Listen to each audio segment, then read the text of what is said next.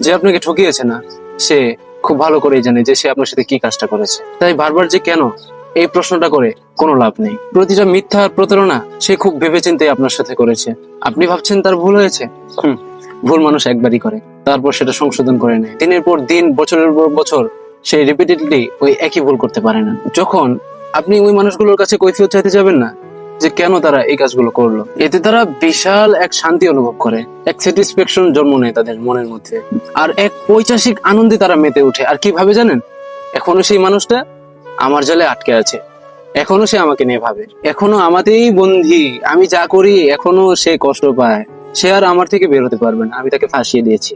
আমি তো কিছু একটা অ্যাচিভ করে ফেলেছি, গর্ব অনুভব করে তারা।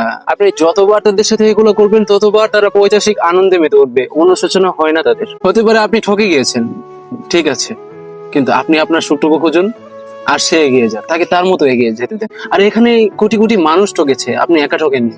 তারা কি জীবন যুদ্ধে হেরে গেছে, মরে গেছে, বেঁচে আছে, বহাল তবিয়তে আছে এবং আগের থেকে আরো অনেক ভালো আছে।